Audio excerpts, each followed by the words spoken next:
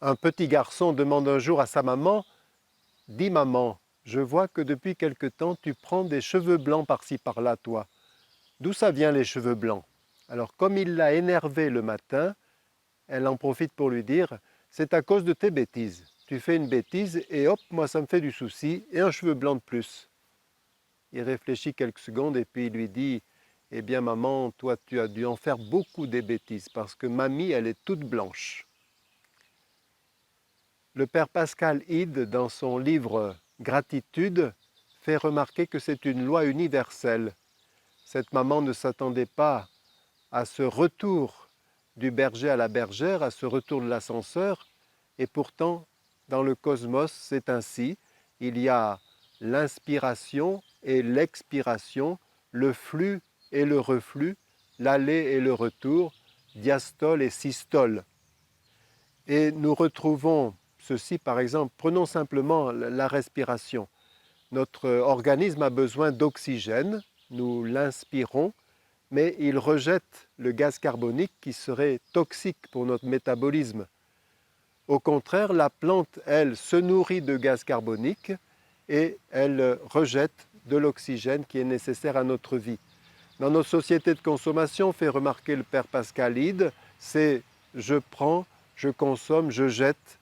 Dans l'univers, ce n'est pas ainsi.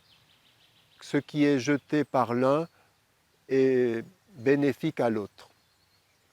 Et nous retrouvons ceci dans la Bible.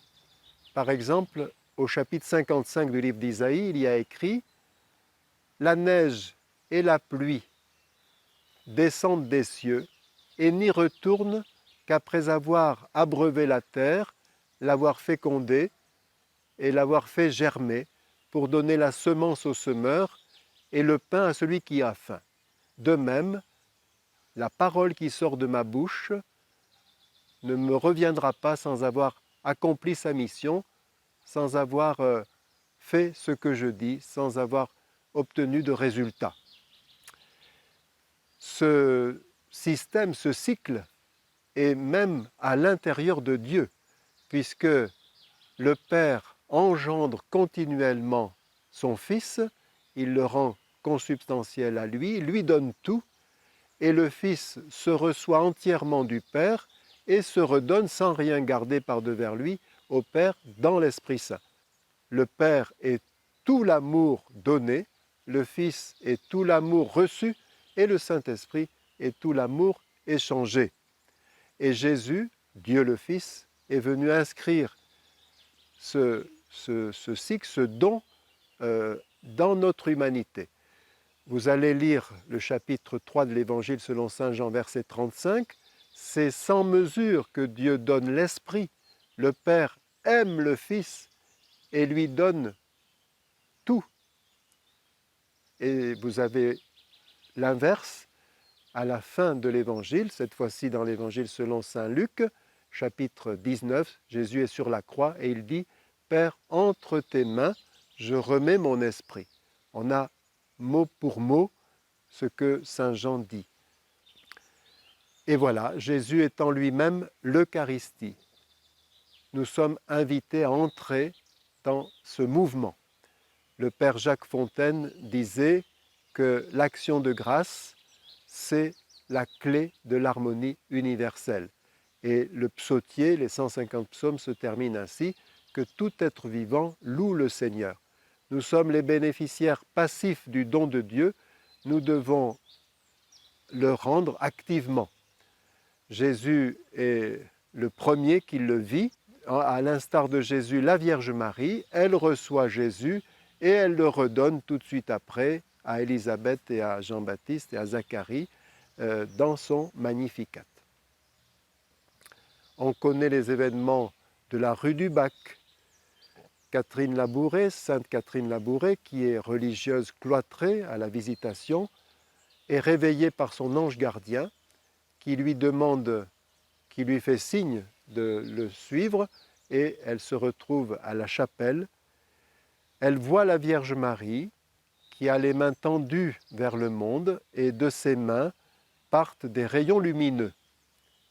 Au cours d'une apparition, Catherine Labouré regarde de près, il y a parmi les rayons lumineux des rayons éteints. Et elle demande à la Vierge Marie pourquoi. Et la Vierge Marie lui répond, ce sont toutes les grâces que l'on m'a demandées, mais que l'on n'a jamais réceptionnées, parce qu'il n'y a jamais eu de merci, il n'y a jamais eu d'action de grâce. Dire merci, en effet, c'est faire sien le cadeau qui nous est fait, c'est le recevoir, se l'approprier. Tant qu'il n'y a pas de merci, on ne sait plus à qui est le cadeau, à celui qui l'a donné ou à celui à qui il est offert.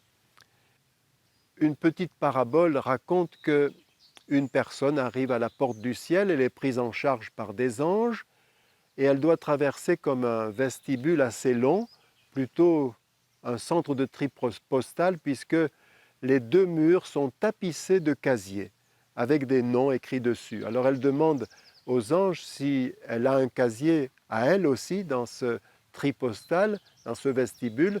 Les anges l'aident à trouver son nom et elle a la joie de voir son casier. Mais quand elle l'ouvre, elle y trouve des paquets cadeaux, des paquets postaux.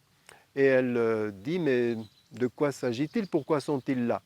Et l'ange répond, ce sont toutes les grâces que tu as demandées, mais pour lesquelles tu n'as pas remercié, tu n'as pas accusé réception.